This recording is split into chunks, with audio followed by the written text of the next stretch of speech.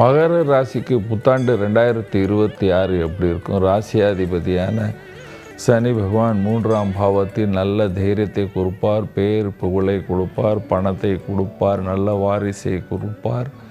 உங்களுக்கு மன தைரியம் இருக்கும், கொஞ்சம் சீதளத்தை கொடுப்பார். குரு பகவான் 6ஆம் பாவத்தில் இருந்தால் காலில் அடி வாங்கிறதுக்கும் வாய்ப்புகள் உள்ளன.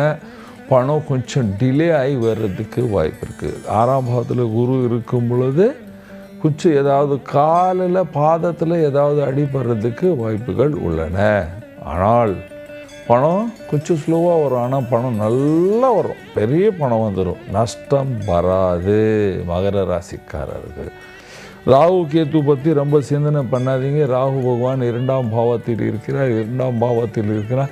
அது யார் பார்த்து பயப்படணும்? ராகு இந்த டூப்ளிகேட் பேப்பர் எழுதுகிறவங்க, இன்கம் டேக்ஸில் ஜிஎஸ்டியில் போய் பில்லை போடுறவங்க, இவங்களுக்கெல்லாம் இந்த ராகு 2ஆம் பாவத்தில் இருக்கும் பொழுது கண்டிப்பாக பிரச்சனை வரும்.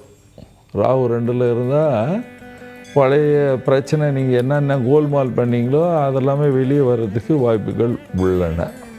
ஆனால் 3ஆம் பாவத்தில் சனி பகவான் உங்களுக்கு நல்ல லக்ஷ்மி வந்து சேரும். இதுலேயும் இன்னும் சந்தோஷம் உங்களுக்கு எப்போ? ஜூன் மாதத்துக்கு அப்புறம் குரு பகவான் 7ஆம் பாவத்தில் வர்றார். உங்கள் பசங்களுக்கு யார் யாருக்கோ மகர ராசிக்காரர்கள் வீட்டில் இருக்காங்களோ, ஆண் பெண் யாருக்கோ எல்லாருக்கும் கல்யாணம் நடக்கும், வீட்டில் சந்தோஷம் இருக்கும், ராகுவால் உருவாகப்பட்ட பிரச்சனையும் குறையும். சனி பகவானும் இன்னும் நல்லதே செய்வார்.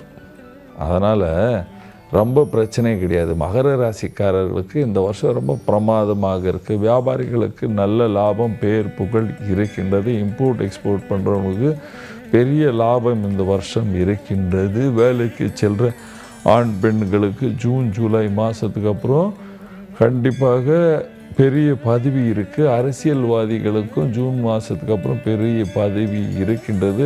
ஆர்டிஸ்ட் அண்ட் கலைஞர்கள் எல்லோருக்கும் இந்த வருஷம் 50 போன பிற்பாடு, அதாவது ஜூன் மாதம் போன பிற்பாடு ரொம்ப விசேஷமான லாபம். தசமே லாபம் இல்லைன்னு நினைக்காதீங்க. இப்போது நீங்கள் செய்கிற தைரியமான வேலை, ஏன்னா சனி 3ஆம் பாவத்தில் இருக்கிற நீங்கள் தைரியமாக வேலை செய்வீங்க. அந்த தைரியமும் மன உளைச்சலும் உங்களுக்கு பெரிய லாபத்தை அந்த நேரம் கொடுக்கும். ஸ்டூடெண்ட் எல்லாம் இந்த வருஷம் அப்பா எனக்கு தெரியும்பா, நான் நல்லா படிச்சுடுவேன் அப்படின்னு தைரியமாக பேசி நல்லா படிப்பீர்கள்.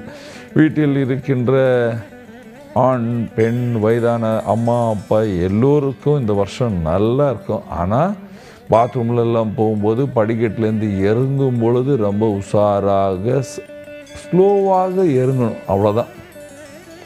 விவசாயிகள் கண்டிப்பாக நல்ல லாபத்தை பார்ப்பீர்கள். என்ன பரிகாரம்? தற்சமயம் குரு பகவான் 6ஆம் பாவத்தில் இருக்கார் இல்லையா, அதுக்கு தான் பரிகாரம். ராகு 2ல் இருக்கார். அதற்கு இந்த வீண் விவாதமும் இந்த கோர்ட் கேஸ் கச்சேரி எல்லாம் நடக்கக்கூடாதுக்காக ஒரு முழு தேங்காவை வாங்கி விட்டு உங்கள் மேலே 7 தடவை சுற்றி விட்டு துர்கா கோயிலில் விட்டுட்டு வந்துடுங்க. முழு தேங்காய் என்று சொல்லும் பொழுது மட்டை தேங்காயாக வாங்குங்க. ஆமாம், அதை வாங்கிட்டு துர்கை கோயிலில் விட்டுடுங்க. வெள்ளிக்கிழமை. அதுவும் நீங்கள் இருக்கிற ஏரியாவில் ஆற்று ரிவர் ஓடுது அப்படின்னா அதில் ஃப்ளோ பண்ணி அதில் விட்டுடுங்க. உங்கள் மேலே சுற்றிட்டு இந்த பரிகாரம் மாதம் பண்ணணும். அதுக்கப்புறம் 2வது குரு பகவான் 6ஆம் பாவத்தில் இருக்கார். அது என்ன பண்ணணும்? மஞ்சா கலர் துணியில் ஸ்வீட்டு வச்சு, அல்லது ஒரு ஸ்வீட் டப்பாவில் மஞ்சா கலர் துணி வச்சு அது மேலே லட்டு வச்சுட்டு கோயிலில் கொடுத்துட்டு வந்துடுங்க.